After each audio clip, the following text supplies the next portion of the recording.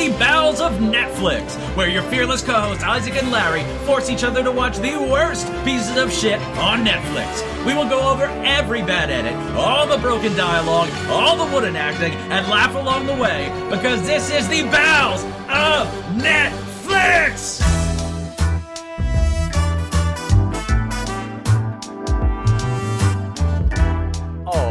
Welcome to the Bowels of Netflix. I'm Isaac, and with me, as always, is my fearless co-host, Larry. How are you doing this week, Larry? I'm feeling flirty and fabulous.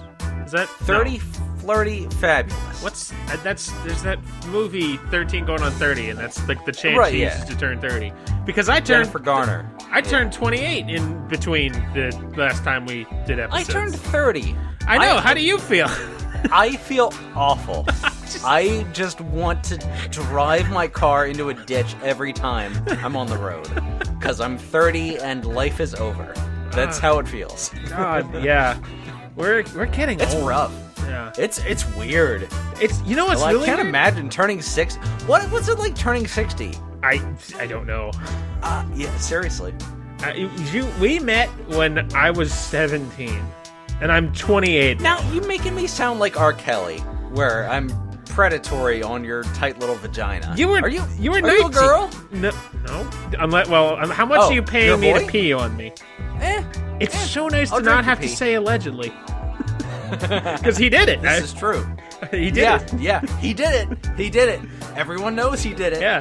Why is he not in jail? Usually we have to say we're alleging these things. This is a nice change of pace. No. Yeah, exactly. Yeah, the fucking monster. God, fuck him. Fuck him and his fucking stupid dickhole. I do love Trapped in the Closet, though. It's intriguing. It's the hip opera. It's the world's only hip opera. Hip opera? Yeah, you're not wrong. You're not wrong. How are your holidays, Isaac? My holidays were okay. Santa Claus gave me some coal, gave me some presents. It was a little, mix and match. Yeah. We did okay. That's good. Yeah. How about you? How were your seasonal Do you know? situations? Do you know? One of my favorite Far Side comics. It's like a guy in a disheveled robe in a room that's a shithole, looking at a chicken on his windowsill, and the caption was, "Long since past being visited by the bluebird of depression, or the bluebird of happiness, yeah. Jim is visited by the chicken of depression." Yep, I know that one. That was my holiday. I know that one fondly. No, The chicken of depression. They were fun. Nothing to speak of. But yeah, we missed our first Sunday because Yep, we were life got crazy. yeah. I was sick in the worst way possible. Everything, all the liquids were coming out of me. Isn't that just the worst? Yeah. Yeah. You forget how many liquids you're capable of. It's true. When you're healthy. What were the four But then when humors? you're sick, you're reminded. What are the four humors in the ancient world? It's like blood, mucus, black bile, and yellow bile, or something like that. They forget earwax. They forget earwax, I swear. Oh God! But yeah, so I was sick as shit. I had my birthday. It was, and Yep. I had people staying over for the week, so it was crazy. So, Yeah. It was Bells a and bad time. Netflix got sidetracked for a little true. bit, but It we're happens. here. We're back. We're horny. Oh, we're yeah. ready to go. If you got an open orifice, it's gonna get plunged into. I'm as hard as a diamond right now. I'm actually wearing pants. We'll see how long that lasts. But yeah, not long. Yeah. Not long, folks. It's I've been itching to get this fucking movie out of my goddamn life. Little Monsters. Stupid Little Monsters. That's what you're talking about, right? Talking about Little Monsters. Just Oh boy. this movie is people are weirdly fond of it. I don't understand. It's the 80s. 80s, it's the worst decade. Nothing good came from the 80s. It's all disgusting. I'm kind of starting to hate the 80s, honestly. It's the worst. 70s, you got your weird disco and shit, but you can kind of, I have a weird, disco's insane, but kind of cool. But 80s? No, just none of it. I have none of it. It's the worst. Rubik's Cubes? Fuck it. I hate it. I cannot stomach the 80s. It's, you know what? Weirdly, there's only like 3 people in my life who came out of the 80s that I actually like. And it's, I'm kind of starting to hate the 80s. Little Monsters is, because I guess we're on 80s weeks. I guess we kind of unintentionally gave our movies a little theme here for the next 2 episodes. Pretty much, yeah.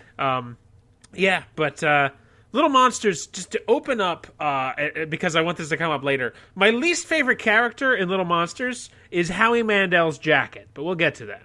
I'm intrigued. And it's not okay. It's not like Blue's Clues, like the jacket has a face. No, it's just a fucking jacket, and I hate the stupid thing.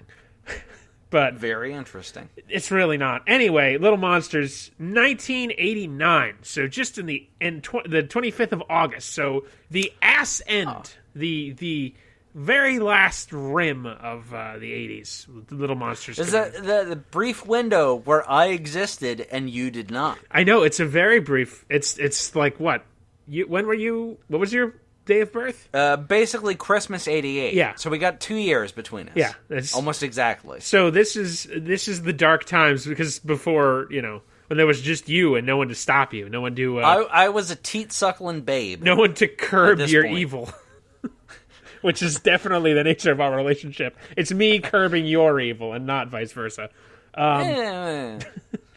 As we've said a couple of times, starring Fred Savage and Howie Mandel from the Wonder Years. And Howie Mandel, I know he's bald, he's got a soul patch, and he's a germaphobe. Yeah, he has. That's all I got. That's all I have. I think he has OCD. I don't remember. I looked him up a week ago, and I can't remember if that's exactly. But I don't know. I don't know if germaphobe and OCD.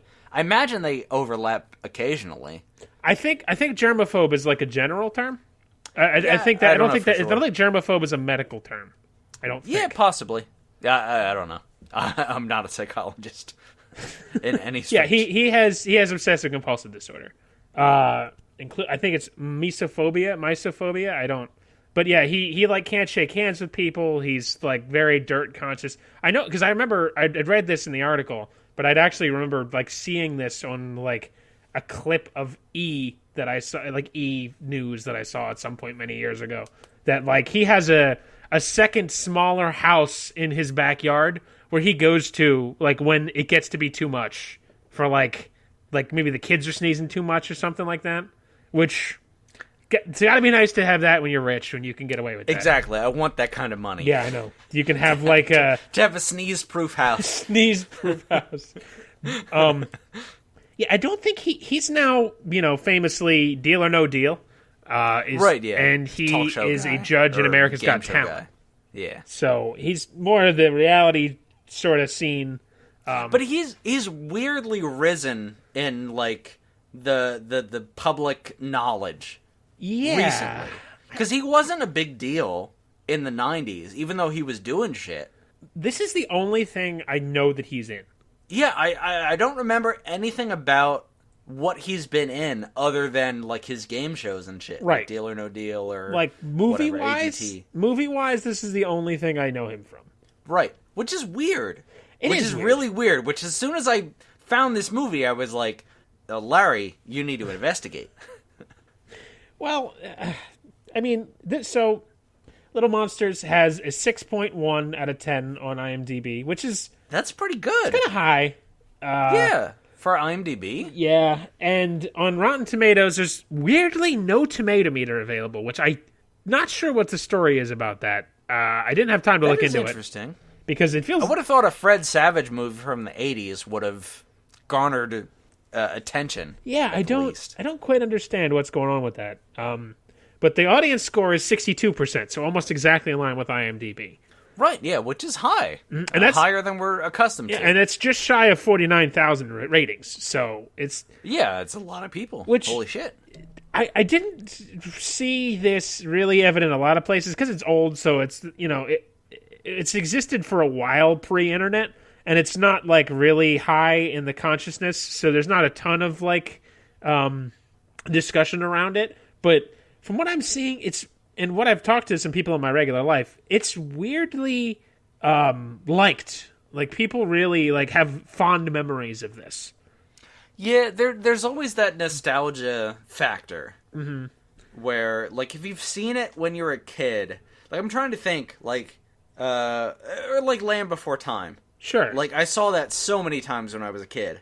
Yeah. I'm sure it's garbage. Oh, I I'm hate sure those movies. It's trash. It's the worst movie in the world. But if I watched it again, I would just jerk off all over the place. I don't like that that's where you're going with it, but you know what? Hey, you do you. Pretty much. I'm trying to think of something I have that's similar that I can look past being harm. I know there are, I just can't think of any. But now, cut to me coming in here, knowing it, like I'd seen someone review this a couple of years ago. I barely remember the review. But I knew coming in that it was weird and there's something like off about it.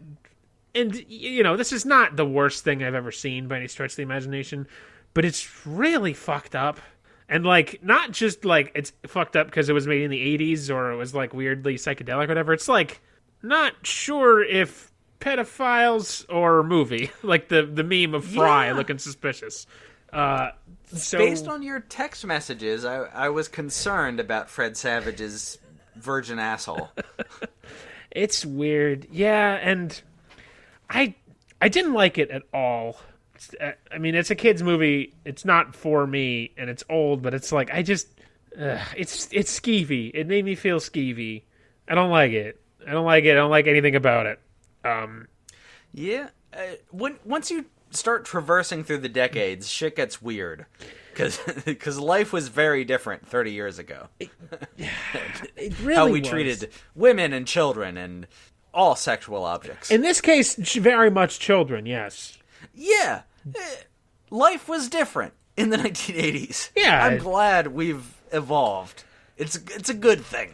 It really is. It is, yeah. It's not nothing. Don't watch this movie. Just don't.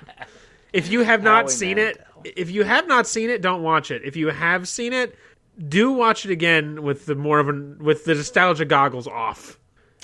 Yeah, that would be illuminative. Watch it as it is in like its purest form because it's pretty gross. It's a gross movie. All right, well let's get into the meat. Yeah. Anyway, so a movie opens with a little title sequence where we get like a zoom in of the word little. Like it's like we're zooming out. Like we were super focused on the word little, and then like as it gets full into screen, like the letters monsters like come out from behind little, which I thought was kind of clever. Okay, so the monster is creeping out. Yeah. Okay, fair enough. However, oh boy, we get the most tender and romantic piano ballad I think that I have ever heard. And I cannot describe enough to you how weird it is.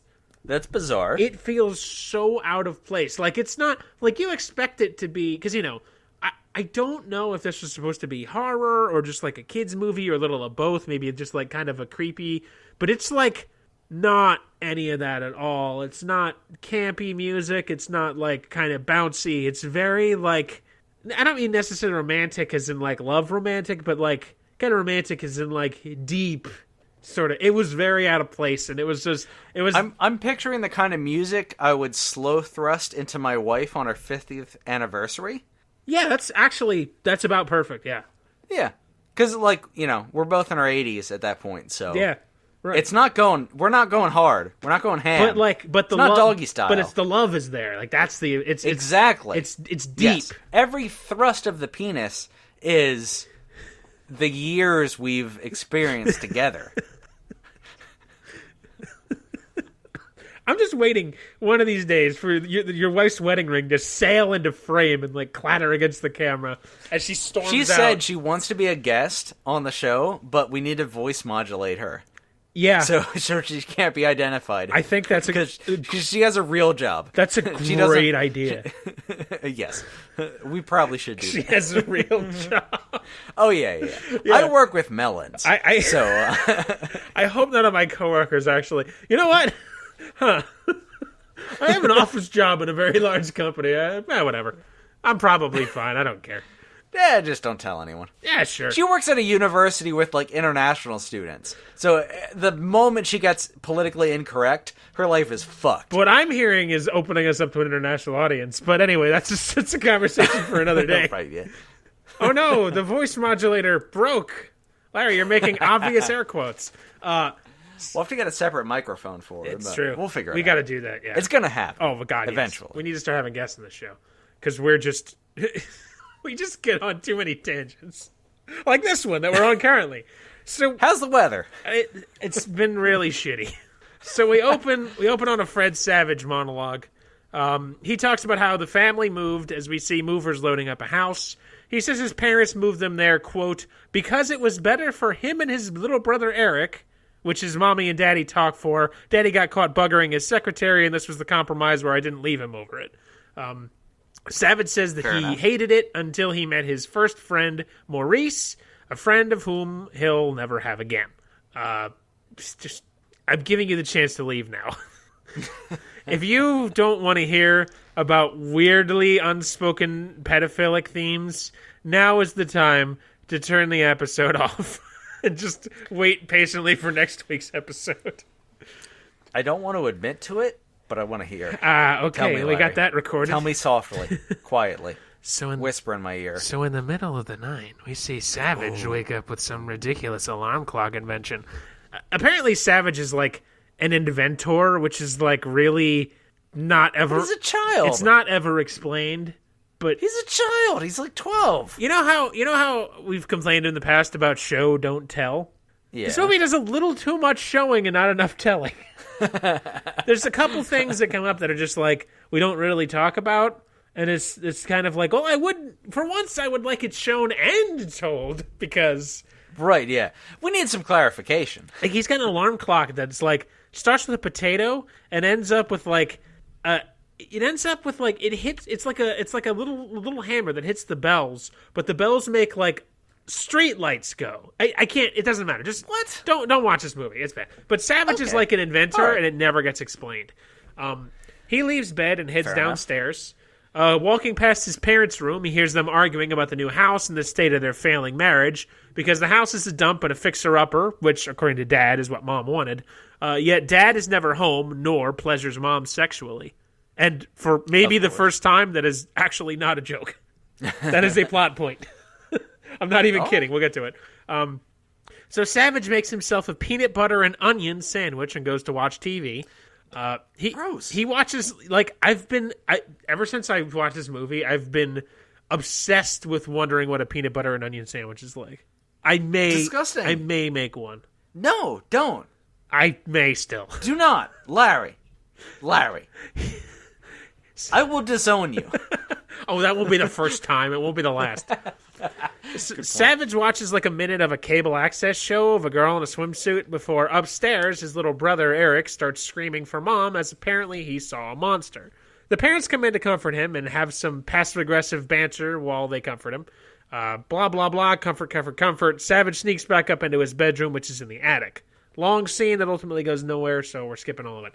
Next morning, we see the family at the breakfast table, where we get more banter. Savage gets busted for sneaking downstairs to watch TV, as they found the sandwich he left behind on the couch. He tries to weasel his way out of it and play dumb, but obviously nobody else on the fucking planet eats peanut butter and onion sandwiches, so that don't work. Dad reaches for a coffee mug in the cupboard and gets covered with a tub of ice cream that was jammed in there. Savage gets blamed for that too, but protests that he had nothing to do with it. Dad yells at Savage, and later we see Mom come to comfort him as the two talk about the move and Savage's state of mind, as outside, Dad runs over his bike, which was apparently left in front of the garage. They argue as Savage once again protests that it wasn't his doing, but Dad grounds him further and seizes his allowance to pay for car repairs, all the while snapping at Mom, who tries to step in to protest the harshness of this punishment. This movie takes a long time to start, but once it does, we go off the rails pretty fucking quickly.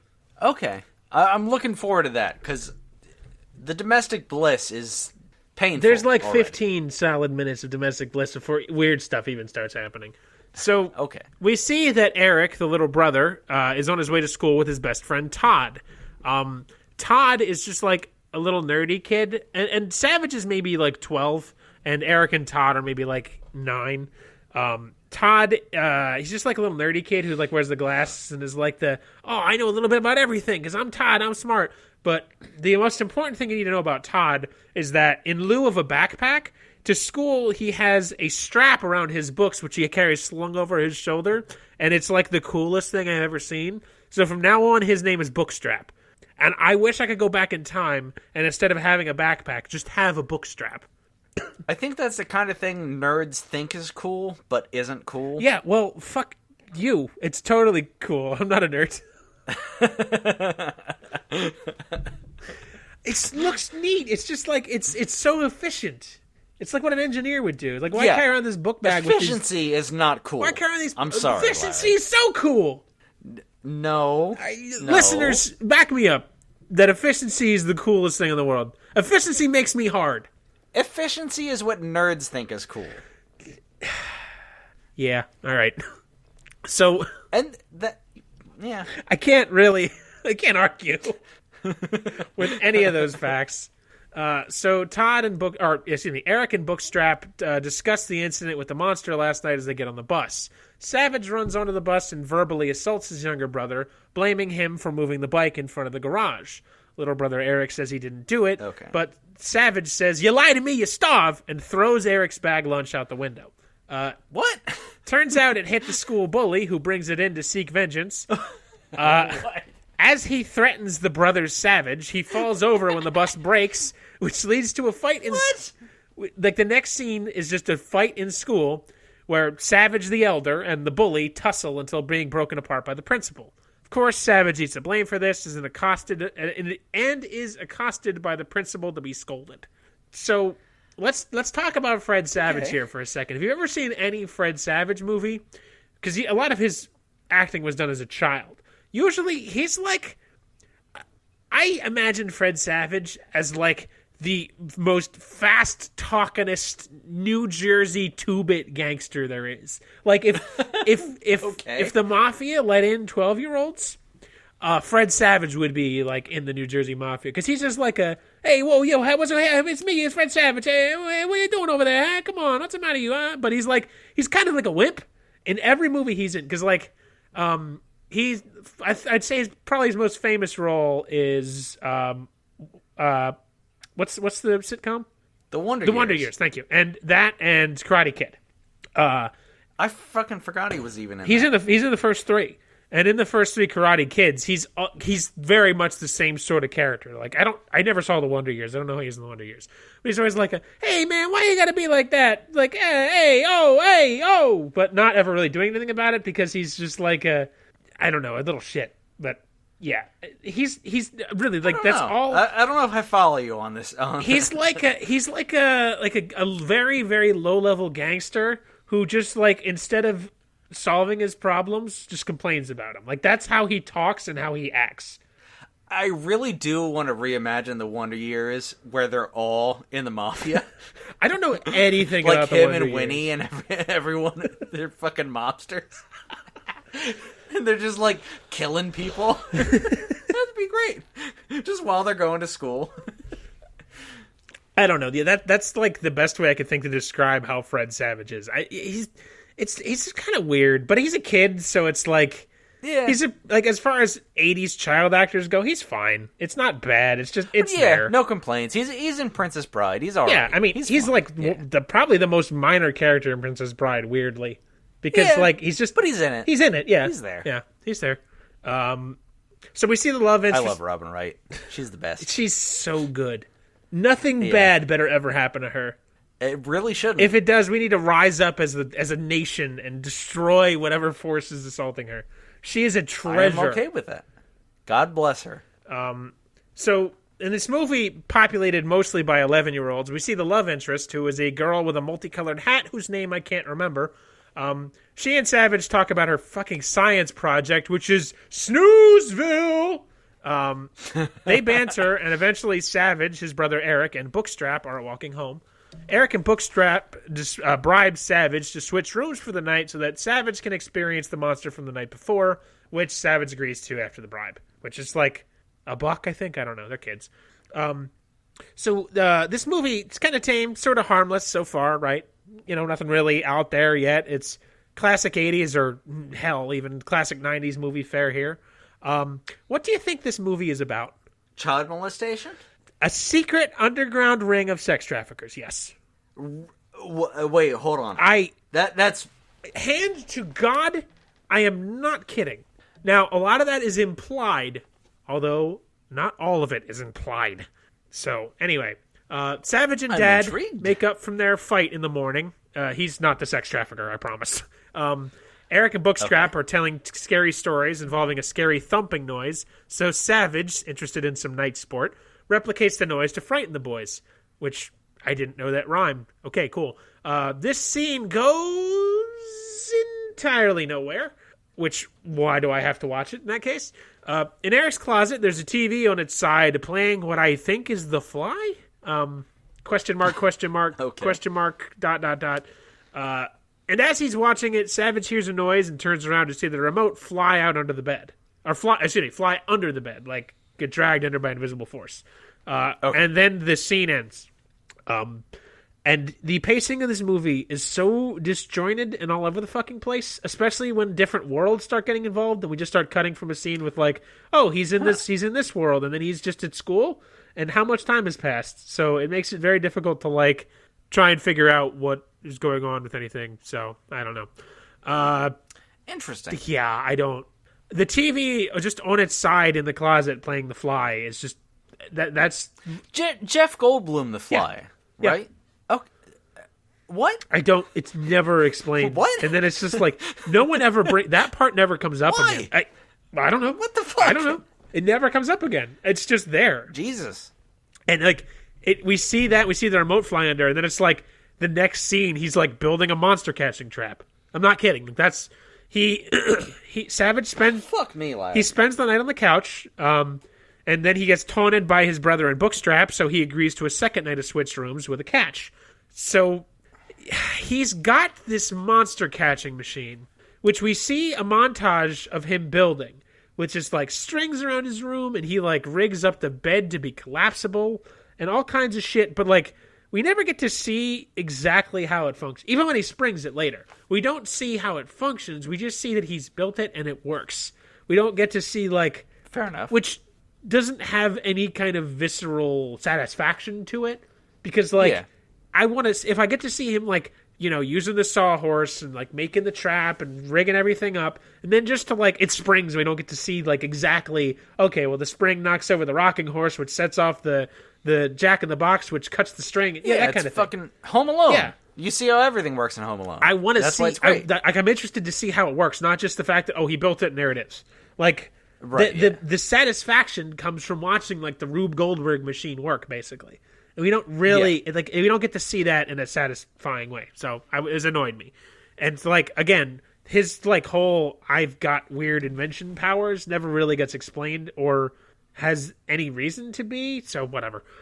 I think the idea is supposed to be that Savage is clever, but it's not really done particularly well. But anyway, So he's got his fucking monster catching machine made out of the bed. He baits the trap with a line of Doritos and sets up the particulars. And yeah, I don't really, because it's not explained, and because it's not, like the scenes of him building it doesn't explain what he's doing or how he's doing it. We don't really get to see what the point of the fucking trap is until he's like, not only sprung it, but like releases it too. So it's, because it's like a catching trap, but I don't know what the fuck the rules are, so I don't know what he's trying to catch or how or whatever. But he's stringing ropes hither and thither all around various furniture and the alarm clock and whatnot.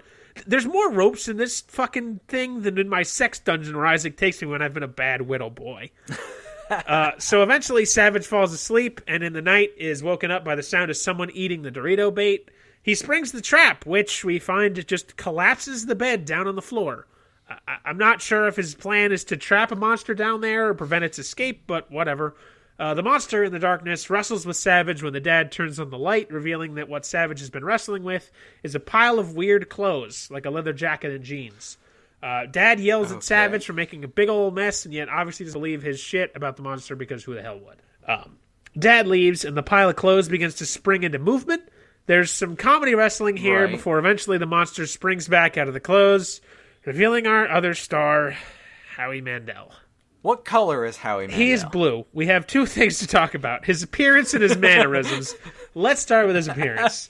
So, he's blue. He's got weird blue hair. He's got, like, darker blue spots all over him, which kind of look like warts. I think it's supposed to be, like, gross warts. If you just type in Little Monsters into Google, Little Monsters movie, I guess, you'll see exactly what he looks like. He's got, like, a weird mane. And besides that, like, he wears, like, a leather vest and, like, a blue button-up shirt. And, like, I forget what his pants are. But he's humanoid, just, like, with a bunch of weird fucking makeup on, basically. Right. Worse than that is his mannerisms. He's very animated, and he's got what I've taken to calling cocaine energy. Yes, he's over the top. With cocaine. I'm not alleging Howie Mandel does coke. Just the character has a very coke-like energy. Like, yes, I would he's agree. He's loud and obnoxious, asshole-ish, boisterous. The list just goes on. Like, he's. Well, we'll find out later. Even though Howie Mandel is an adult and the character is an adult body, the idea is that he's literally a child in an adult's body. He's the guy at a frat party who thinks he's the coolest person in the world, but everyone hates him. He never stops. Like, he's just always, hey, what you doing, bud? Let's, and he always uses the mannerism, bud, and he says it like that. And I hate that fucking expression, bud. I hate it. It's the worst.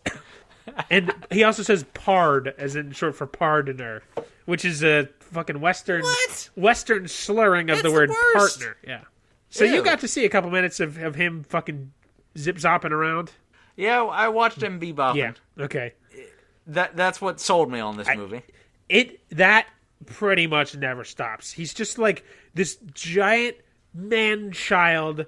Well, the best thing I can compare it to is another, I think it's 80s, might be early 90s movie called Drop Dead Fred, which is another child's movie I fucking hate that has, like, I've never seen a that very manic imaginary friend character like that. They're very similar movies. Also, forgot to mention this. Little Monsters is...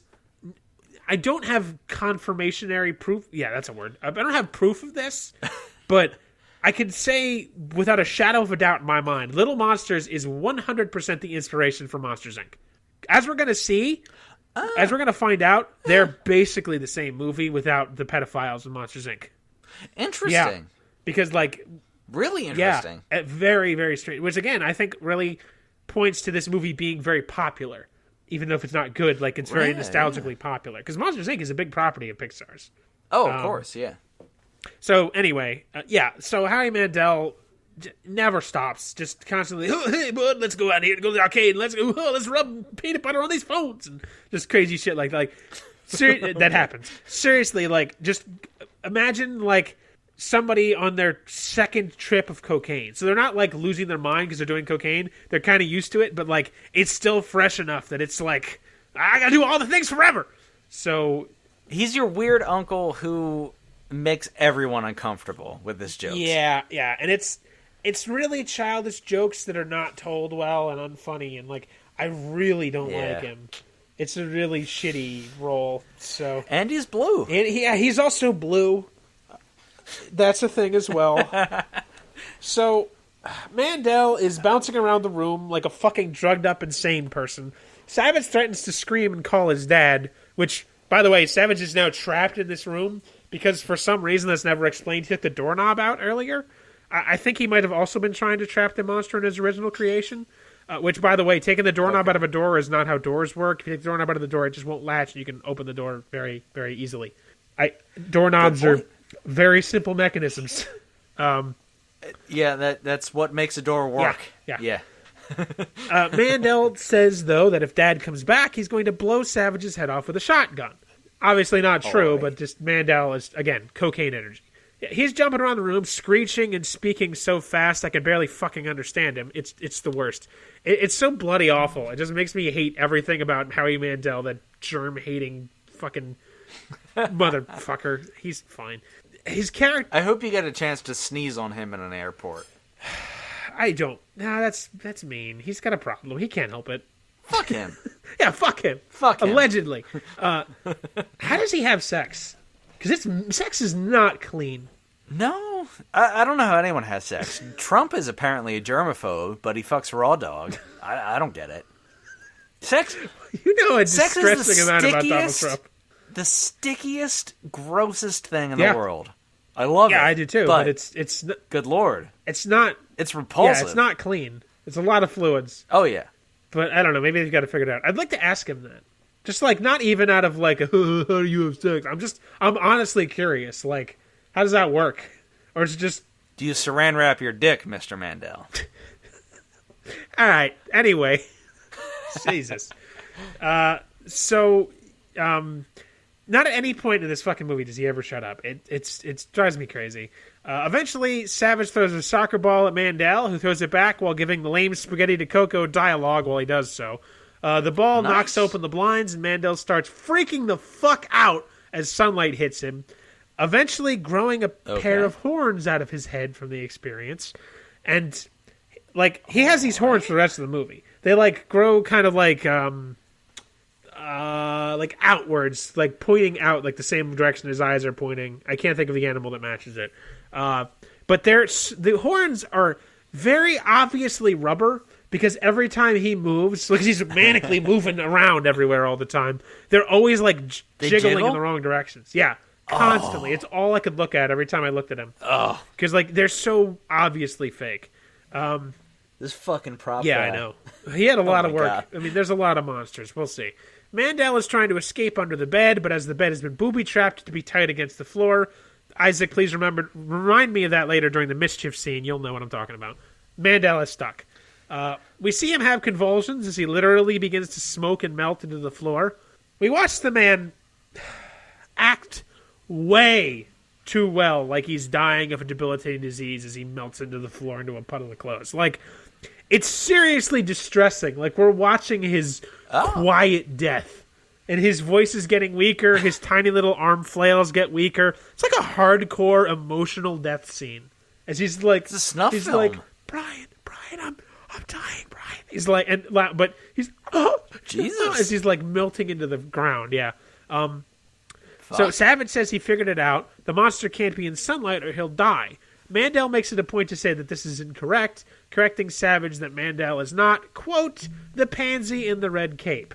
So monsters don't work on Dracula rules. That's great. Savage just lets Mandel melt until there's nothing left but his gentle, real sobs and a puddle of smoking clothes. Feeling pity, I guess, Savage lifts the bed and slides the clothes underneath. Seconds later, Mandel, fully healed, though still with the horns, important point for later, pops out with a one-liner and a quip about catching Savage later and then just leaves? He just leaves. So logic is out the window. Logic's gone. Okay, Don't bother. Good. Yeah. Yeah. Next day, we get Mom and Dad arguing and shenanigans, blah, blah, blah. Divorce imminent. All hands on deck. Savage tells Eric he's switching rooms back tonight. In the interim, we see Savage has rigged a ton of lights to go on when he flicks a switch. Mandel eventually appears from beneath the bed, and upon showing up, Savage flicks the lights, melting Mandel once again. This time, he melts immediately. So, and he's not doing his gentle sobs of death. But so he melts every time the lights go on? Yes, anytime there's light, we'll get to it in just a second. What? Just 1 second. Okay. Yeah, this time, so he goes from monster to pile of clothes. And it's here we learn that the piles of clothes are the monster. When a monster melts into the light, they don't vanish or anything really. They just become their clothes now. What the fuck? Yeah. Doesn't ever really get explained. Like, he is the clothes. I can't cope with So this. I don't know what happens if he comes out naked. No clothes. Yeah, no I don't. monster. I don't Never know. comes up. He breaks the world. Believe it or not. Christ, it is only a third of the way into this fucking movie. We haven't even hit the pedophile and child grooming sections yet. So, good. Savage agrees to dim the lights if Mandel promises not to try and molest him. I use molest in the non-sexual term, although I do also mean the sexual definition, so... Okay. The two of them futz about for a while. Mandel says in 200 years he's never once been trapped. So as Mandel is bouncing about, I feel the need to point out two things that intensely bother me. One thing. I already talked about his horns. His fucking jacket. His jacket is the worst part of this entire movie. His jacket is like a leather. It's like a leather vest, like a biker vest, with all kinds of fucking chains and dangly bits off of it. Right. So Mandel's bouncing and zip-zopping around and jumping hither and thither, and then it's just jingle, jingle, jingle, jingle, jingle, everything fucking jingling on the man. He's constantly. I hate it. It's like every time he's speaking, even if Savage is speaking, because he's fucking moving about on his fucking cocaine-fueled nonsense. There's just constantly the sound of like keys jingling together. I hate it. It's the worst. Mandel picks Savage up and tells him it's his lucky night. But Mandel picks up a lot of kids in this movie, and it is weird. I don't like it. Like, picks him up, like, under their arms, like Rafiki holding Simba, and I don't like it at all.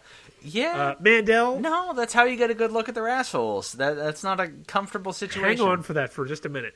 Mandel tells Savage it's his lucky night, as Mandel is going to take him into the monster world to, quote, have the time of his life. Mandel shows Savage how he can travel to the monster dimension under his bed in the shadows. Mandel says that what goes on down there is, quote, every kid's fantasy. You can see where this is going, Larry, right? Stop!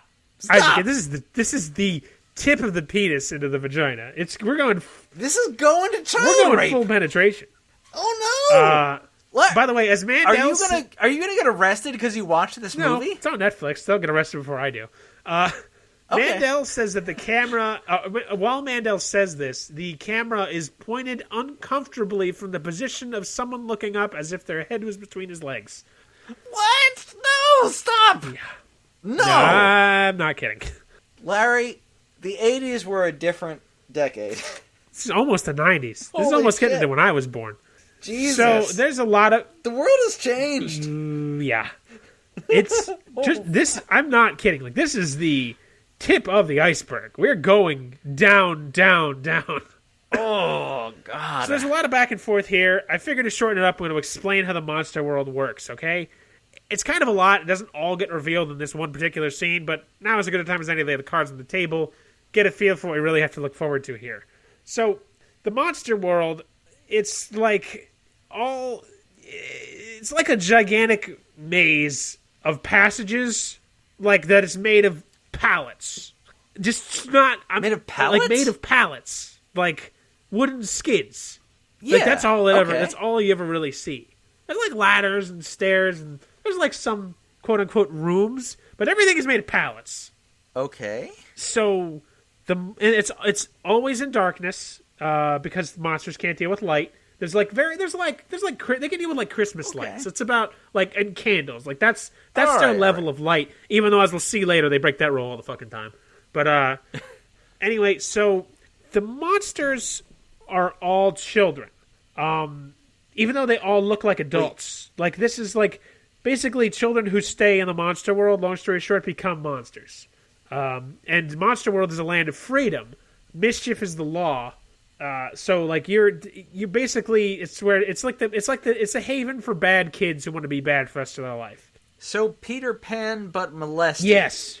It's Neverland, but with molesters.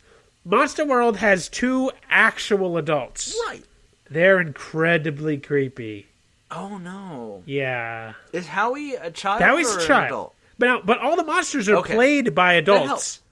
Except for one, which is going to be very terrifyingly important later on, as we're going to see. Oh, God. But yeah, they're all like adults. So, like, all of his monster friends are, like, basically adults, but they're all supposed to be children who, like, they morph into monsters. Like, this is what they become. They become more monstrous over time. It's never explained really well, but that's... I'm overwhelmed. Yeah. So... Jesus. I didn't think this movie was going to be this wild. I swear to you. Tip of the berg. So after coercing Savage with a bunch of promises of mischief and freedom, Mandel convinces him to go down to under the bed and into the monster world. Coercing goes on for like 5 whole minutes as Mandel gives a long-ass speech about the code of monsters and whatnot, blah, blah, blah.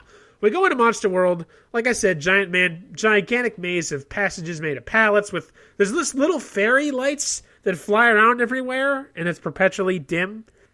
Also, distance in Monster World has no real meaning.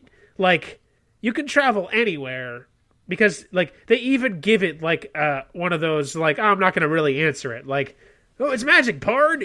Bud. It's, you just gotta believe you're there, and then you're in Phoenix, bud. It's shit like it's Right, like it has rules, but they're not really explained. Which I guess in this case, fine. It doesn't really matter. It is a plot point later on, but it doesn't. This part, that part I'm okay with them not going into because it's not. That would just bog it down. So yeah, Mandel takes Savage to meet some of the other monsters. None of these monsters have particularly exciting designs or anything, or are particularly interesting. None of them really matter either, besides the villains. They're all just kind of there. Like, Mandel and the two villains are the only monsters that get any other time. Like, everybody else is just in one scene. Mm-hmm. So, there's not worth mentioning. And, like, the designs are all pretty tame. None of them are, like, visually very interesting. Even the villains are just kind of boring. Like, none of them really stand out. It's not like, Dark Crystal or something, because this is all practical. Like, the fairy lights aren't, but like everything else is practical. The costume effects. Yeah. So yeah, because it's from '89 or whatever. Right. So. Like they could do not really CG. They could do very simplistic CG effects, like the fairy lights that fly around. Yeah. So it's but they're not interestingly designed really. So they're not worth talking about. There's like one that has super long legs that's kind of interesting, but everything else is just kind of boring. We learn a little more about the politics of the world, sort of. Much like Monsters, Inc., the monsters have portals to every bed in the world. Instead of doors, in this case, it's ladders and stairs, which they can travel through to cause mischief per the boss monster, whose name is Boy. The villain's name is Boy. Why? This seems to have no rhyme or reason to this fact, and it gets pretty fucking sinister later. Holy shit. What the fuck? Yeah. Okay. I'll bated breath. I'm waiting. Mandel takes Savage to an arcade, mostly so that Mandel can stand behind Savage at a pinball machine and kind of flail around while standing behind him far too close. Ugh. And it's funny because I had to watch this movie because, again, like we said, we were very busy between 2 birthdays and Christmas and illness. I had to watch this over the course of a couple of days. And I had another reminder to myself to talk about Mandel jumping and flip-flopping around because I hated it so much. So it's funny. Between days, the hate re-upped itself, basically. Fair enough. So after Mandel stops mashing his genitals against Savage during pinball, we get more Monster World stuff and more Mandel being a fucking weirdo while they bounce around and cause trouble on the way to get a scare assignment at various places all across the country, where we get our bullshit explanation of how they get anywhere. Basically, the explanation is it's magic. Mandel can do magic. Fair enough. But he never does. Okay. He says he can do magic and does like a little bit of hand sparkly tricks like a fucking hedge wizard, and then never does it again. So I guess, I don't know, maybe how they get to the monster world is magic, whatever. So Mandel takes Savage in through the floor under a bed to fuck with a kid. Christ, I cannot express how creepy Mandel is. He looms over this kid who's like asleep in bed, like the rapiest of molesters. Like, he is like an inch, Jesus. He's an inch away from this kid's face. Like, like going like that. It's so uncomfortable. Ugh. We get a montage with a really breathy 80s song while Mandel and Savage mess with a bunch of kids' houses to get them in trouble with their parents. Which that is sort of what the monster's job is. Like, the monsters, their entire existence is to make kids get in trouble with their parents. They they go, like, in the montage, they smear a telephone in peanut butter so that the dad picks it up and puts it to his ear, and like they draw all over the walls at like kid height and stuff like that. Like, that's the monster's job. Right. And I don't, to make kids misbehave. no, not even, no, to make the kids get in trouble for things they didn't do. Because kids didn't do it. Why? What's the point, There's no point. There's no point. There's no fucking point. There's no point. Well, at least in fucking Monsters, Inc., they're, like, powering shit from the screens, right? There's a point. No, because, like, the monsters, like... Fuck this movie. Fuck this shit. The monsters, like, are beings of pure chaos. Like, that is the idea. And that's what Mandel's always preaching to Savage. Like, you can do whatever you want. No, if you were pure chaos, you'd be a Viking and raping and pillaging. In this case, it's monsters who are pedophiles. Well, we don't see the rape then. No, because like Mandel is always saying like we can do whatever we want, and what we want to do is get kids in trouble. Like, they love it. I don't know why it's like part of their job though, and why they have a boss and assignments. It doesn't make sense. Because let me tell you what, Boy has a different agenda, a far more sinister agenda, which involves Fred Savage and his tender virginity. But anyway, he's 12. Oh boy. Yeah. So they're messing with kids' houses. They make a special stop at the bully's house from earlier. They mess with his food. They put cat food in his tuna. They also like piss in his bottle of apple juice, so he drinks piss later on, which is disgusting, by the way. These two fucking idiots are crazy loud while they're trespassing in these houses. Like, they're in the bully's room while he's asleep in there. Just, like, having a loud Howie Mandel coke-fueled conversation. I wake up if the dog farts. So I don't get it. Yeah. They do everything but scream at the top of their lungs inside these houses, like, as it goes on. I hope this movie ends with a parent hearing something trespassing in their kid's room and just fucking blasting Howie Mandel with a shotgun. Like, kicking the door, just frighten his fucking, like, takes out an eye, like Glenn in The Walking Dead when he gets murdered. Spoiler. Yeah. So, yeah, like I said, we get to see Mandel piss into a bottle of emptied apple juice the bully's going to drink tomorrow. So that's fun, for me. Right. That's fun for me. Yeah, you jerked off to it. Okay. The night is coming to an end and Savage has to go home. Mandel says he can't bear to see anyone go without protection because sex. He gives Savage a pair of sunglasses to protect him from the sun. What? Because light is harmful to monsters. Even though Savage is a boy, Mandel is like... So was syphilis. What's that? So was syphilis. Why didn't he give him a condom? He's going to wish he had condom. Oh, God, no. We get another really breathy 80s song called The Magic of the Night as we get to watch the bully eat the messed up food and drink within the piss that Savage and the girl who likes him while they're watching him, cheering him on. Can you make a note here to maybe cut this out? I think the dog is tearing up the carpet. I'm going to go yell at him. Fair enough. I'll be back in a second. Knock it off. No. Stop that. Sorry about that. All good. Okay. So, yeah, the song continues in the night as Savage, impatiently waiting for Mandel, figures out he has the capability now to go into the monster world without Mandel being there. And again, this is one of the problems where, like, the timing of this movie gets weird. Like, has it been one night or has it been, like, a couple of nights? Mm-hmm. Because, like, I think the way it's presented, this movie takes place over, like, 3 days. Maybe 4. Bizarre. Yeah, it's weird. So yeah, so Savage can go into the monster world without Mandel, who Mandel mentioned the night before that monsters can only move through the shadows, which, by the way, absolutely terrifying fucking sentence. Only monsters can move through the shadows. But Savage has already figured out how to do it himself, which is apparently quite a feat. And while Mandel is describing this, a lady monster who resembles Raggedy Ann sits down behind Savage, so Mandel pulls down Savage's pants without an exclamation, and the lady monster giggles and comments, "Nice ass." What? He's 12! Yeah. 12-year-olds do not have nice asses. This movie is about a bunch of child-groomed pedophile slaves. But we'll get to that. While they walk away and Savage berates Mandel for exposing his tiny boy butt, Mandel asks Savage if he has anyone he wants to fuck, and they go visit the crust while she sleeps. Again, a prospect that is utterly terrifying in pretty much any other context. But you know what? It's only going to get worse, so just hang tight. Not hang tight. Everything seems so fucking rapey when I say it now. They talk about the crush, banter. We get the usual, "Ew, girls are gross" bit. Even though Savage actually does like her. He finds a picture of himself on her mirror and realizes she likes him too.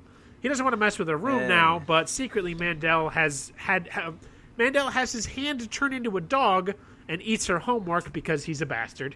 While this is happening, Mandel mentions the line, "Man's best friend, his right hand." What? Innuendo after innuendo. I don't even need to do anything. That's not even innuendo anymore. That's just a bald-faced masturbation joke. I don't even have to write material for this. Like, this Jesus. I just have to describe the movie, It basically What the says fuck? what it is. So, Eric, who is Savage's little brother, is woken by a storm and goes to be comforted by Savage, who at this point is still in the monster world. As he walks by the parents' room, they are once again arguing. Dad says, "All you want from me is my paycheck," to which Mom replies, "That's not all I want, mister. I've got a headache. We don't even need a door anymore." What the fuck? Again, I don't even need to be present for this review. I could have just sent you a recording of it. What?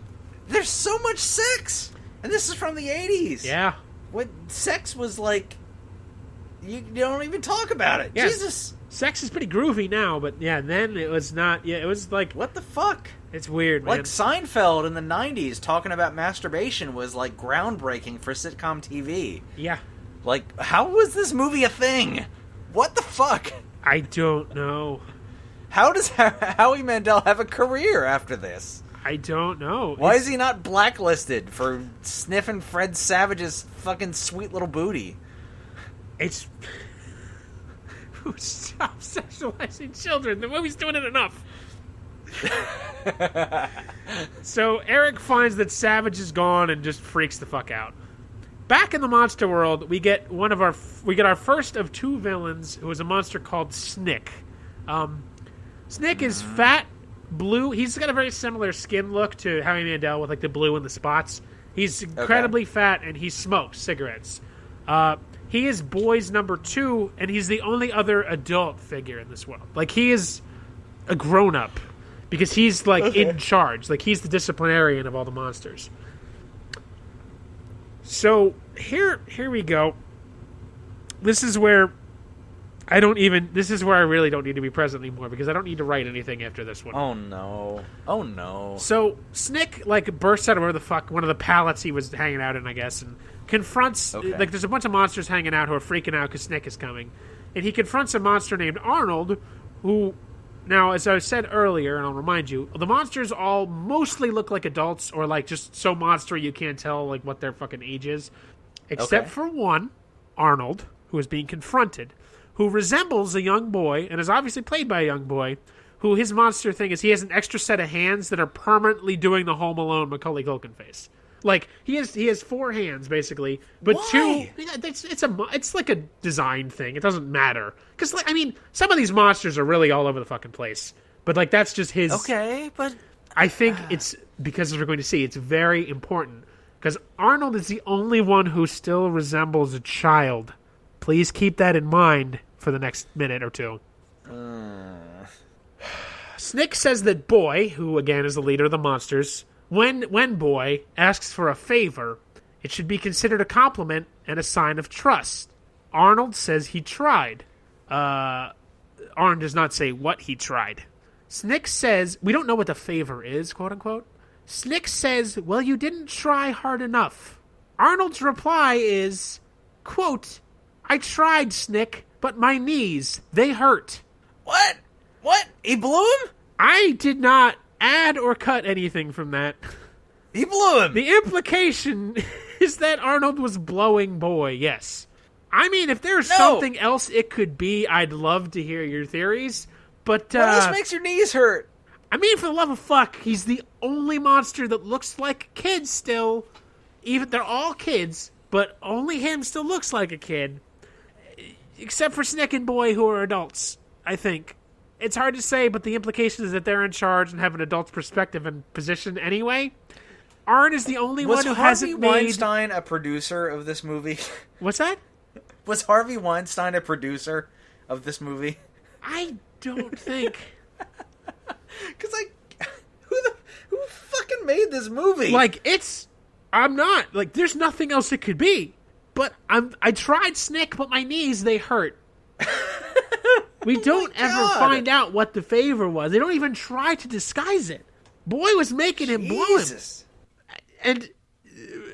I'm uncomfortable. By the way, do you know what the punishment is for not blowing him well enough?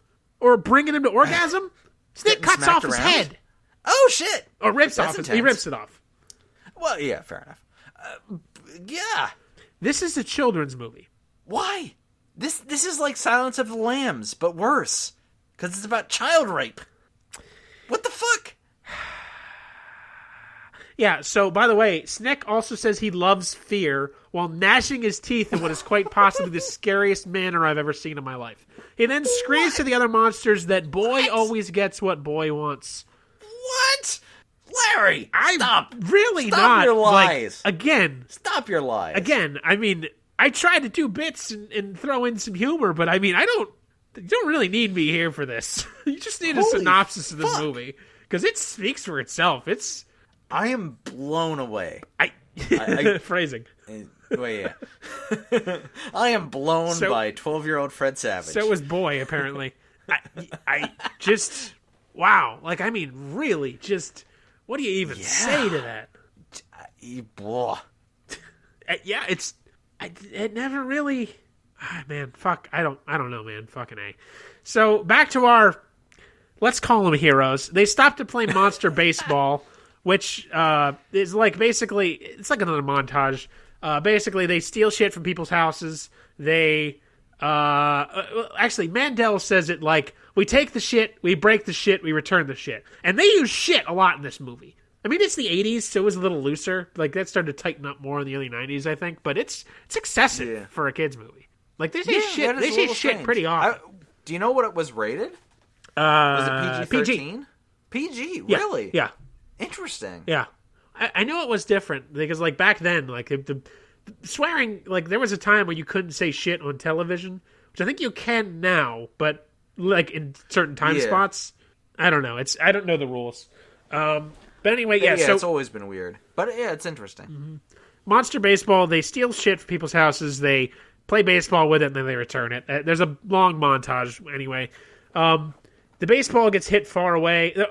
There's like some fucking thing they're playing with. Gets hit far away, and Savage goes to get it, only to approach a creepy-looking stairway and is accosted by Snick, who threatens to throw Savage off of a cliff.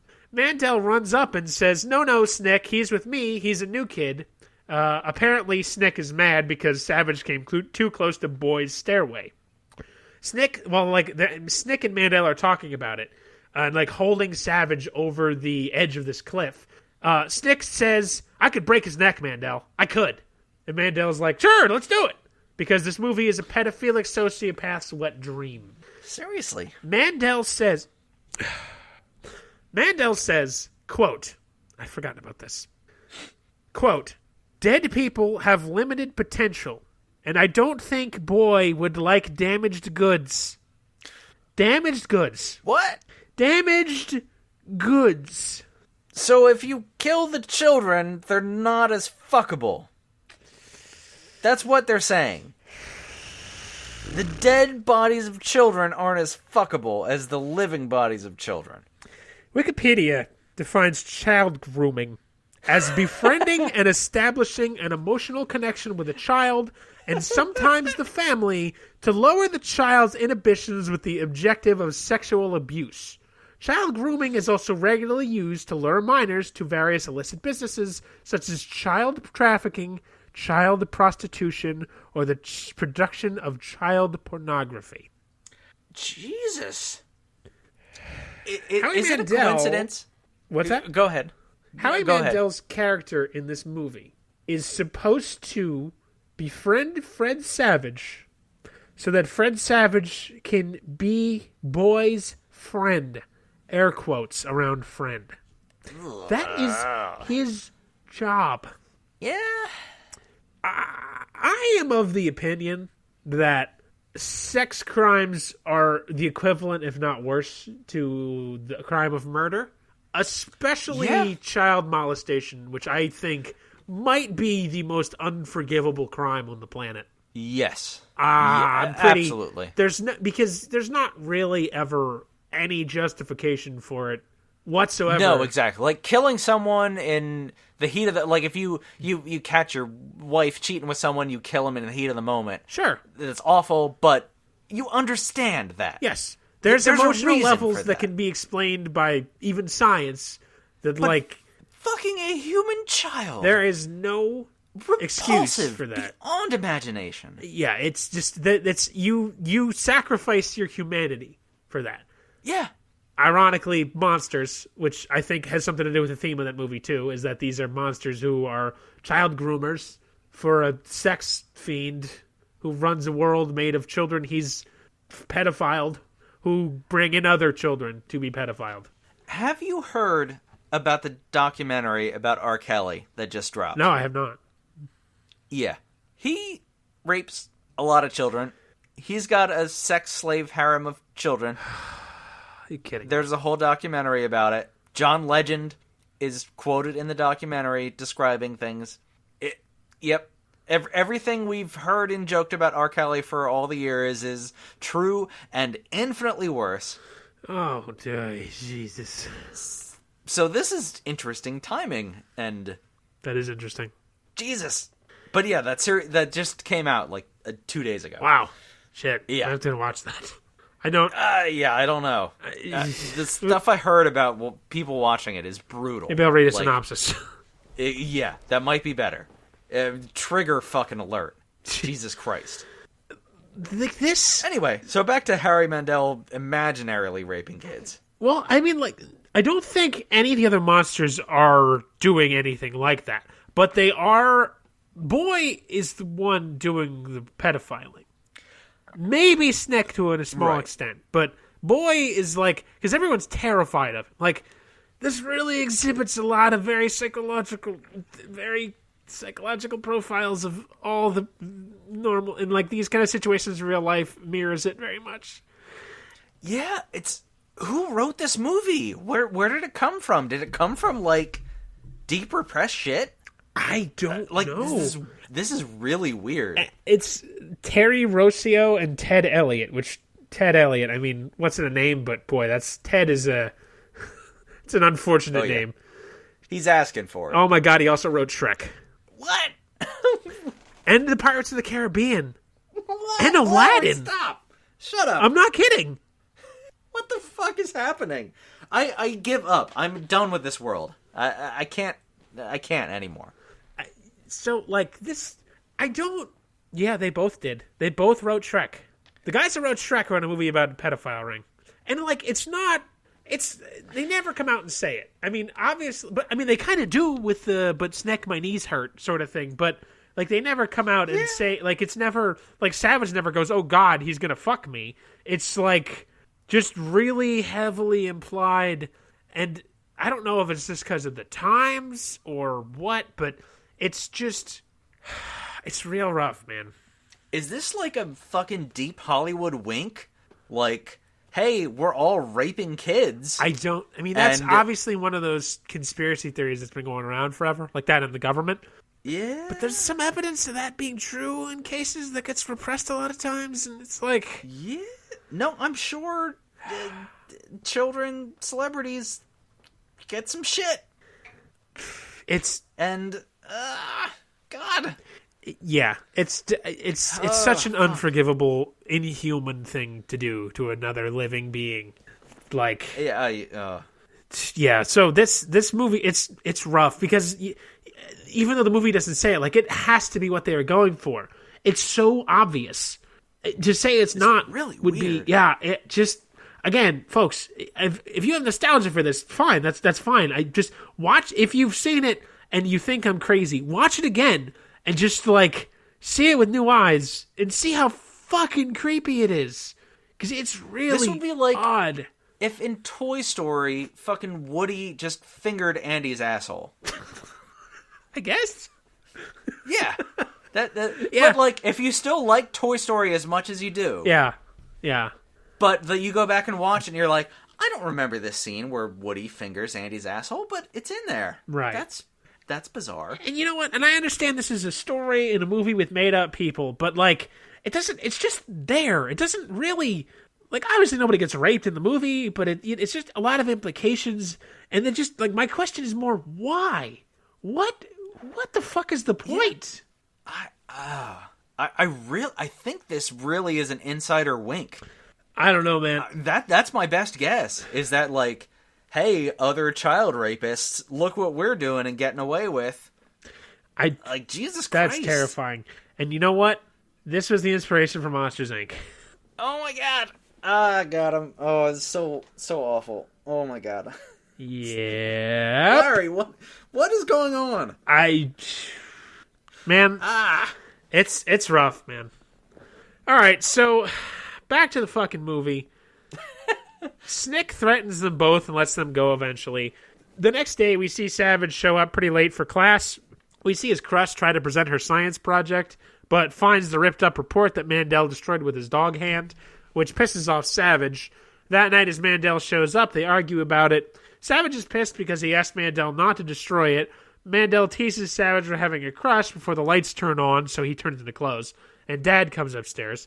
To make a long story short here, we get a little family meeting where Mom and Dad said they're separating. It's nothing new or interesting, other than any other separation that's ever been presented on television, or if you're lucky, your real life. So whatever. Back upstairs, Mandel kind of doesn't know how to act considering the news he overheard. It's probably the most interesting scene in the movie because Mandel is basically a being of pure id. So it's kind of, I know, considering we were just talking about how awful this movie is with the pedophile thing, but it's kind of interestingly written here to see, like, this silly character who's all like, yeah, breaking stuff and scaring kids, yeah, and then presented with, like, your best friend's parents are getting a divorce. It's like seeing him kind of try to figure out how to deal with that news is kind of interesting. Like, Mandel's not a bad actor. It's kind of like... Yeah. It's kind of like how I feel about Marlon Wayans. Like, Marlon Wayans is not a terrible actor. I just don't care for his particular brand. Kind of the same. Again, now, this is the only thing I know Mandel when he turns on the charm, he's got it. Like, I don't know Mandel from anything else, really. I don't watch his game shows. But, like, he does his job fine. And I think this is a nice little scene where he gets to play this character in this sort of more serious scene. And, again, the movie's still ridiculous and insane, but... I kind of liked how it played out here, how he's sort of like doesn't know what to say because he's like it's literally not capable of like dealing with that. Like just because the character's not, it's just he's a fucking monster who destroys stuff. So, but he and Savage are genuinely friends. So it's kind of interesting. It's short, but I'll give him credit there. That was good. Fair enough. Yeah. Now, of course, immediately that gets thrown out the window because again, it's more of the implication, just like fucking. Always Sunny in Philadelphia. Mandel tells Savage that he's the only friend he has, which is why he keeps coming back to hang out with Savage, and eventually convinces Savage to join him back in the monster world, as it will, quote, take away the hurt, which, again, just sounds creepy in the context of... Yeah. So, we see a bunch of monsters, along with Mandel and Savage, all go into a house which has a baby because the nightlight is burned out. I mean, this room fills up with like 20 monsters. Mandel encourages Savage to scare the hell out of the baby, as he and the other monsters are in the process of doing. But Savage is disgusted by the thought of this. He opens the door to the hall, which has a light, which turns them all into clothes. As he does this, he finds this turns his arm into clothes as well as he runs off into the night. Okay. Several things here. One, that baby's room was full of both Savage and the monsters screaming, so I was once again hoping to just see an enraged father come in with a Bowie knife and just fucking saw each and every one of these fucking monsters' heads off, or like ripping out throats and stabbing them up in their guts, because I'm seriously done with these fucking pedophile groomers. Two, so the implication is that Mandel is becoming is that Savage is becoming a monster, as in the next scene he realizes that he is getting smaller and losing weight as well. However, if he is becoming a monster, he shouldn't have been able to go out the hall in the house at any point because the light was enough to turn both the group of monsters and his exposed arm into clothes. So how the fuck does he escape? 3, how are the monsters ever going to escape the baby's room? If there is light in the hall shining on them, the parents will come in the next morning and see a bunch of adult clothes in the room, and I assume we'll be freaked out and call the police, who'll probably seize the clothes and throw them into an evidence locker in a well-lit warehouse, which would doom them to an existence of perpetual misery for the rest of their miserable lives. 4, Savage just runs out of the front door into the street, which I guess is super lucky that it was a street near where he lived, or otherwise he'd be in, like, Detroit or something. Because these monsters go everywhere. But they happen to go to a house that's like 2 blocks away from where he lives. Of course, yeah. So the next day, Savage is super freaked out. To prevent any more visits from Mandel, he saws the legs off of all the beds in the house so they sit snugly against the floor. Despite the fact that Mandel has shown he just regularly lifts beds up all the time to get out from underneath them. Like, when in the first scene where they first meet... And he melts and cries, and Savage pushes his clothes under the bed. Like, Mandel lifts the bed up one-handed to, like, give a one-liner before dropping it. So, this means nothing, but whatever. Fucking. Fred Savage, you stupid idiot. Inside the monster world, we get another scene with my favorite pedophile Snick as he confronts Mandel about the loss of Savage as an asset. He is angry because they, quote, almost had him. Mandel explains he can get Savage back. Snick says, quote, sometimes Boy gets a little lonely. He wanted to play with him. Mandel answers, why doesn't Boy play with himself? What? There's some unfunny shtick here, and eventually Snick tells Mandel that since Savage knows all the monster secrets, Snick will get him back since Mandel can't. What the fuck? What is happening? Larry. We haven't even got to Boy yet. When do you find out who plays Boy? Is it Morgan Freeman? No, God, I wish. Actually, no, I don't want Morgan Freeman anywhere near this fucking thing. Jack Nicholson. That I'd be okay with. Okay, keep it coming. Keep it coming. Keep the semen flowing, Larry. Stop it. So, in fact, Snick makes good on his claim, coming out from underneath the pull-out couch in the house and kidnapping Eric off screen. So, yeah, what happens is, Eric starts, we see Savage asleep upstairs. We hear Eric screaming, and then, Mom freaks out and runs in to tell Savage that, Eric's gone, what happened? And then Savage reasons it out. Savage goes over to see Bookstrap. In case you forgot, he's Eric's best friend. Eric is his younger brother. Bookstrap is Eric's best friend. Savage tells Bookstrap to get every flashlight he has in the house, as Eric has been kidnapped by monsters. Bookstrap asks, which monsters? To which Savage says, the little monsters. And this makes no fucking sense, because none of the monsters in the monster world are little. They're typically adult size. But that's the name of the movie. Yeah. Larry. None of the monsters are smaller than Fred Savage. Yeah, but that's the name of the movie, Larry. My guess, and I'm almost not even kidding, is that Savage fucked up and said this line. And they're like, ooh, little monsters, this is a great ring to it. I could see it. Yeah. I don't know. It doesn't, it really, because the movie is called Little Monsters. It is weird. There are no little monsters in the movie.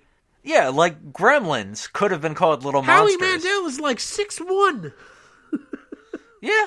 Snick is 5'11". Just doesn't make any sense. Whatever. Savage and Bookstrap go to the Cruss's house and enlist her help in the assault too. Blah, blah, blah. They go to the school to rig up a bunch of light stuff in order to assault the monster world, using all of Savage's weird off-screen inventing knowledge he seems to have, whatever. So the assault on Monster World begins. What they do is they just go in under the bed. Savage takes the other two in, and they just have a shitload of flashlights. They shine on the monsters, turn to close, and then just drop the flashlight on top of them, so they're trapped in a never-ending existence of torment and pain. But hey, whatever. Fair enough. Eventually, they come across Boy's staircase and proceed up to his chambers. The chambers are littered with kids' toys and are more or less utterly terrifying, considering it's basically confirmed that Boy is a pedophile. Boy himself greets them. Boy is played by the guy who gets shot in Pulp Fiction. Not Marvin, but the guy who, from the scene, What Ain't No Country I Ever Heard Of? They got English and what? The Flock of Seagulls guy on the couch? No, the guy who is Samuel L. Jackson is talking to and shoots. The guy who looks like Jerry Seinfeld. Kind of? I think. He's, it's the guy who's, he's got the Kahuna Burger. He's the one they're talking to. Oh, right, that guy. Okay. No, Jerry Seinfeld's the one in the fucking bathroom. I haven't seen Pulp Fiction in 2 years. It's been a while. But he's the main guy sitting on the chair. Yeah, he's the main guy. He's what? English ain't... What ain't no language I ever heard of? They speak English or what? English, motherfucker, do you speak it? It's that guy. It's the guy who Samuel L. Jackson asks if he's an English motherfucker, do you speak it? What a weird career that man has had. Tell me about it. So, he's playing a pedophile in this one. Boy is dressed in... Do you want to take a shot at what he's dressed in, knowing everything you've heard about the man? Semen. An English schoolboy outfit, which I cannot stress enough is skeevy as fuck. No! Larry, stop! Stop lying to me. Boy is so friggin' creepy, I can feel my skin crawl. So I guess they did a good job there. He tries to basically play the Emperor to Savage's Luke and get Savage to join the monsters. Because he's Savage is apparently the most promising boy monster they've ever seen in years.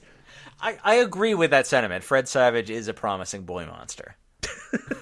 So then, in the middle of Boy giving this speech, for some reason, a little teddy bear with a drill starts drilling into Savage's shoe. What? Stop Stop, Larry. Cut it. That never gets explained. Isaac, I swear to God, I'm not doing any fucking bits this time around.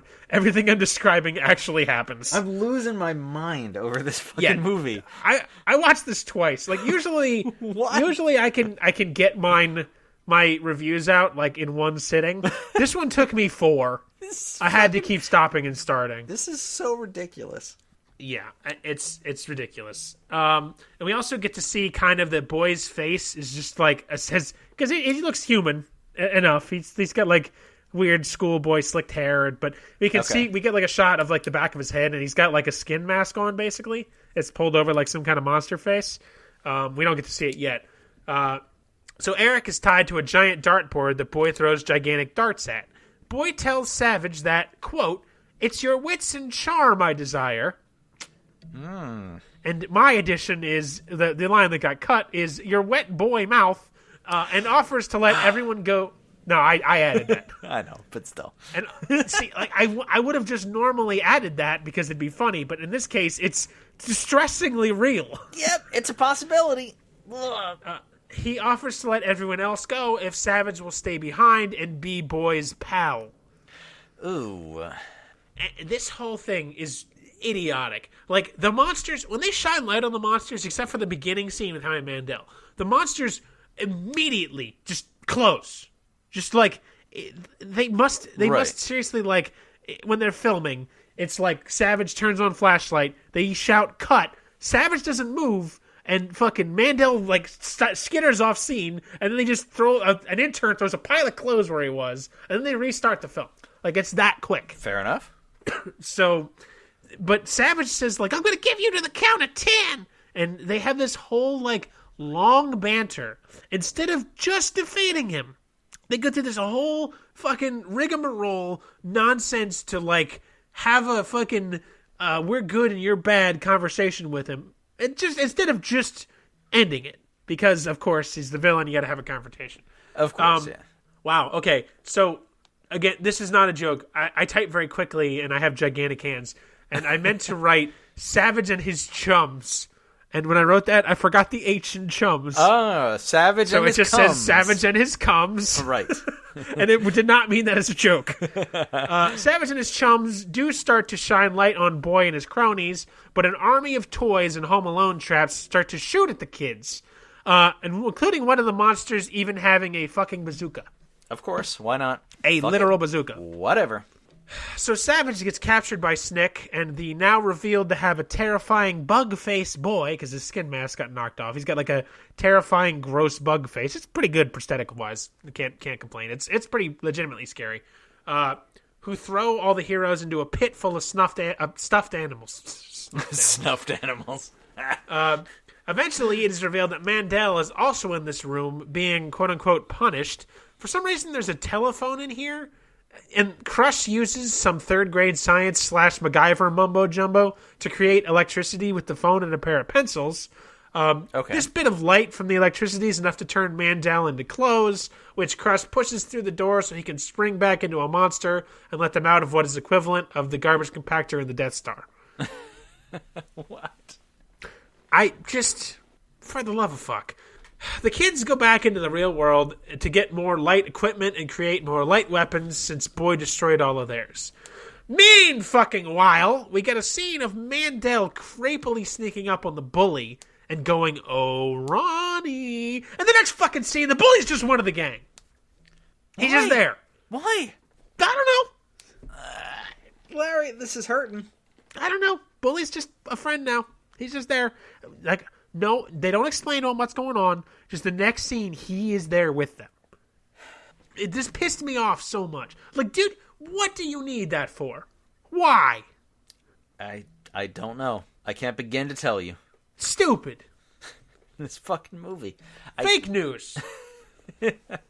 So, let's finish this up. The kids go back to restart the assault on Boy and Snick and the toy army. Now the kids have power suits made entirely out of high-power light bulbs and car batteries, and just blast the two pedophiles with light, which literally melts Boy and sets his clothing corpse on fire, and actually causes Snick to explode. Snick explodes? Yeah, Snick explodes. How does he explode? In a fiery explosion. Sexually? No. Oh. Like his body explodes. Although as the kids start to leave, he pulls himself back together. Wait, what? We see like he's still talking, like his bits are like moving towards each other. Like, I gotta pull myself together. I can't. But Boy's dead. Boy turns into a folded pile of schoolboy outfit and sets on fire, and he's just out of the movie. What? So they kill him. Larry. The kids go to find Eric, who's jammed into a box and seems like he's fucking drugged, which I really hope he didn't get fucked. As they're running away, Snick stops him at the door as he has mostly reconstituted himself. However, who should appear behind Snick but Howie Mandel with a flamethrower? What? Larry, no. Stop. Who sets Snick on fire. Stop. Larry, stop. Stop lying to me. And in the worst part of it, the light from the fire does not turn Mandel into clothes. What the fuck? Even though a flashlight does. Oh my god. I hope Mr. Mandel cannot sleep at night because this movie haunts him in his dreams. That's the only solace I can take. I want to see an interview with him about this movie. It's like I want him to watch it. I want someone to force him to watch it and have him talk about it. I wonder if there's a He seems like a commentary. Reasonable man. Like if we bought the DVD, is there a commentary? Please try to find out. Because if there is, we need to watch we need to watch that and talk about, review the commentary. I want to watch this movie now. I really do. I want you to do it just so you know that I'm not lying to you. Because I'm really not. I'm not. You guys don't need me to do this. You just need a script bot 3000 to read the script. Because it's fucking A. What do I need to say? What's left? Jesus. The kids are running back home. The monsters are all celebrating that their pedophile overlords are dead. The kids don't make it back in time as dawn has come and the floor back to their world is solid because the sun is up, meaning that they are stuck here and are now monsters. Like, that's how it works. If you get stuck in the monster world, you become a monster forever. Okay. Savage, however, has an idea. The sun has indeed just risen in New York. They use the fucking weird world distance traveling magic to travel across the country through Monster World to try and find a town where the sun isn't up yet. So they're running. We get a montage of them running across basically the country, like in Monster World, trying to find somewhere where the sun isn't up. And eventually they get to Malibu and find a portal that works in Malibu under the bench of a sleeping homeless person on a beach. So the kids all start to escape. I guess that technically counts as a bed, whatever. The kids all start to escape as Savage and Mandel have one last tender goodbye moment. They part ways and talk about being best friends, blah, blah, blah. Mandel caps off this fucking inappropriate piece of shit in the best way by telling Savage they'll meet again one day because where there's a bed, there's a way. What? Where there's a bed, there's a way. Where there's a bed, there's a way. And What? then he gives Savage Larry. his jingly-jangly fucking leather jacket so there's not one scene without it jingle-jangling all over my fucking ear holes. What the fuck? Where there's a bed, there's a way? As the portal closes, we're almost done. Wait. When you say we'll talk portal, about do you mean Fred Savage's asshole? I mean, maybe that closes too, but I mean the portal to the monster world under the bed. Okay, fair enough. The portal closes, and they say their last goodbyes as we get the song Road to Nowhere by the Talking Heads, which I do love very much, so a bit of respect for me in that one. The kids are all in Malibu. They call their parents and tell them they're safe, and when questioned on what the actual fuck is going on, Savage says, it's a long story, and then we get a freeze frame in true 80s fashion.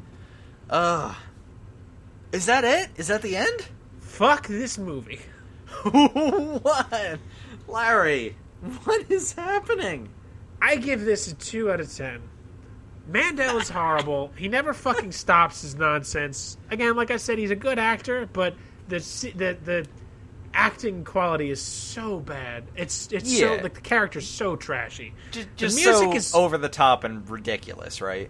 Yeah, that's what I it's saw too much. for a minute or two. It's way too much. Yeah. The music is weird, and most of it was made specifically for this movie, and which makes it all the weirder because it's weirdly soft and vaguely romantic. Stop with this pedophile shit. I'm getting really uncomfortable. It's really gross. I like most to fuck of the adults, music, Larry. I like to most fuck of the adults. I know, so do I. most of the music is really like soft and 80s and breathy and like magic of the night. Like, we're gonna run tonight and fuck child's I can only butt think tonight. of fucking Breakfast Club. Don't you forget about me. No, it's way more romantic than that. Oh, God. But it's like, it's 80s. Well, I like that song. That's a good song. It's not a bad song. Road to Nowhere by the Talking Heads are fantastic. Road to Nowhere is a good song. I don't qualify them as 80s. Yeah, fair enough. So the storyline with the parents getting divorced doesn't really add anything or go anywhere. The production value for a movie made in the 80s is fine. There was definitely some money put into it. Yeah. The budget on IMDb, I was going to talk about that. The budget it's weird. It doesn't really say what it is. I don't quite understand. And to be frank, I didn't bother. The box office budget, it says the budget is ESP 20, which I have no idea what that means. And it says the gross was $793,000, which doesn't sound right. Yeah, so that's weird. I don't think I'm not going to trust those details. But this movie had some money put into it, clearly. So the besides the world being made entirely of pallets, which seems incredibly cheap, that's like if you and I made a movie, what we'd do. But right, yeah. Well, no, just to get Fred Savage in a fucking movie in the 80s, you had he's to not have cheap. a little bit of pocket change. Because when was Wonder Years? When did that start? Before this, he was definitely in Wonder Years. Okay, because he started off Wonder Years as like a 10-year-old, and he's a hot property, 12 or 13. Which, oh yeah, God, fucking just being a pedophile movie just makes us all the worse. Yeah. Well, now he's like a producer now in Hollywood, so now the cycle continues. So he's molesting the other children, allegedly. So, yeah, but I'm life sure goes he's on. Lovely. Yes, circle of life, holding Simba up, whatever. There's Mandel holding up Fred Savage on a circle of life place, just in his blue face paint, he's fucking jingling and jangling around. The acting isn't great. But it isn't the worst, especially for the time it's made. It's like it's average 80s acting. And the fact that it's basically about pedophiles. That hurts. Yeah.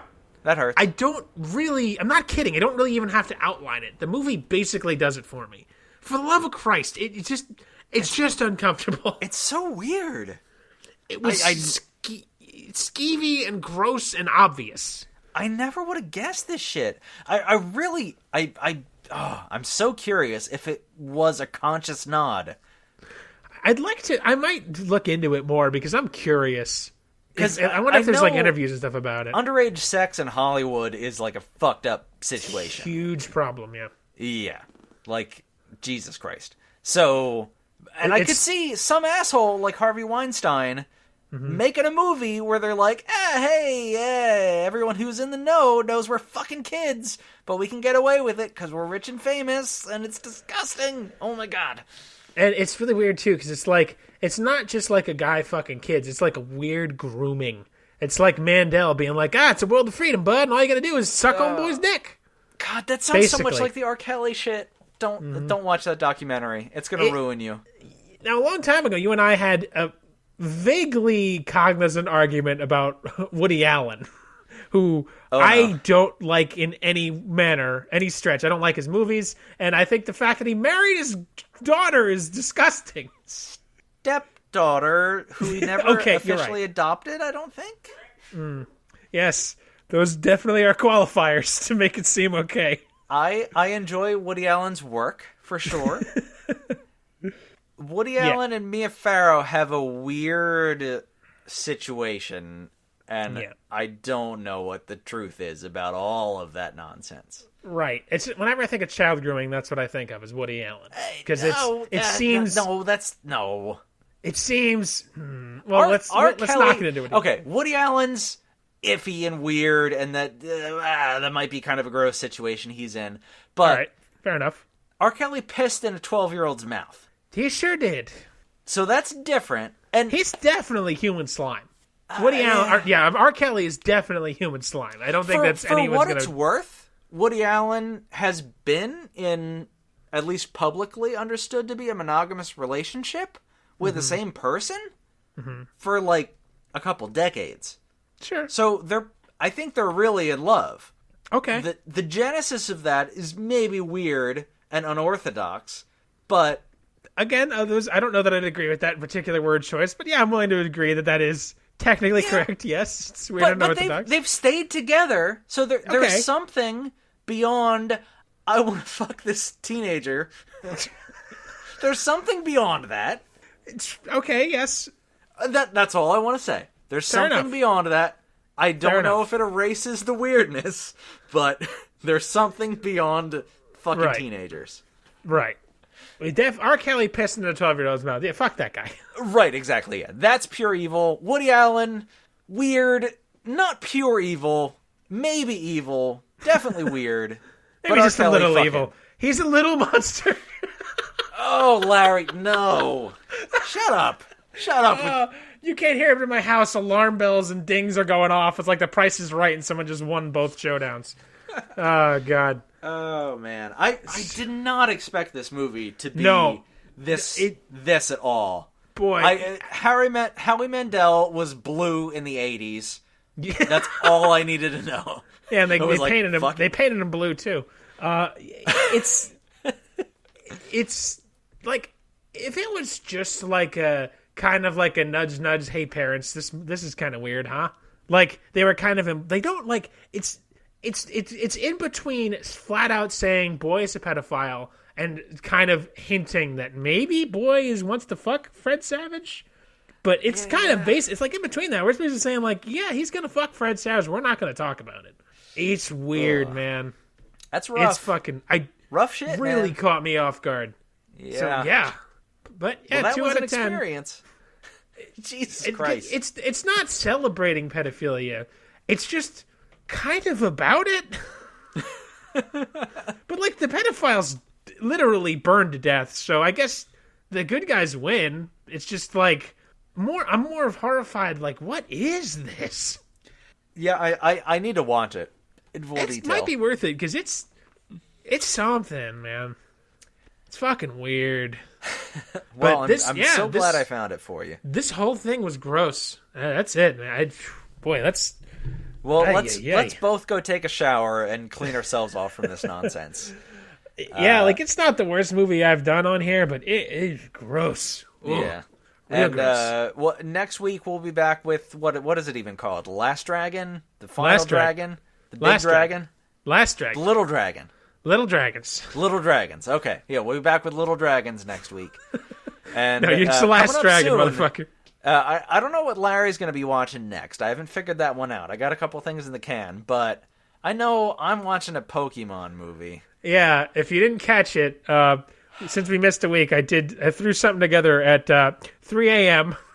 where I decided the next movie Isaac's going to watch, which he doesn't know exactly which one, there's a couple, is a Pokemon movie. Yeah. And I, for the benefit of Isaac and I guess the world, I described what Pokemon was, and I only remember half of the episode. It's in a lot of detail. It really is.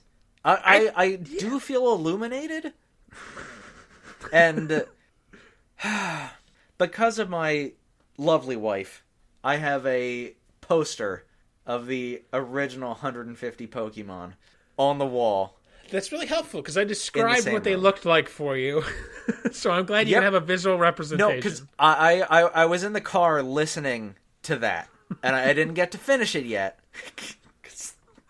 Pokemon hurts me. But yes. I went up to the poster afterwards and figured out where I stopped listening based on the last Pokemon you described. And it was just past Jigglypuff. It's like the bats. Oh, it's like in the 20s. Zubat and Golbat. It's a bat and then a mouth with wings. Yep, that was the end. Because I remember Jigglypuff, and my wife's favorite Pokemon is Ninetales. Because when he said Ninetales, I was like, I know my wife likes that. Okay. So yeah, I'm an Nidoking man. I know Charmander's fire. Mm-hmm.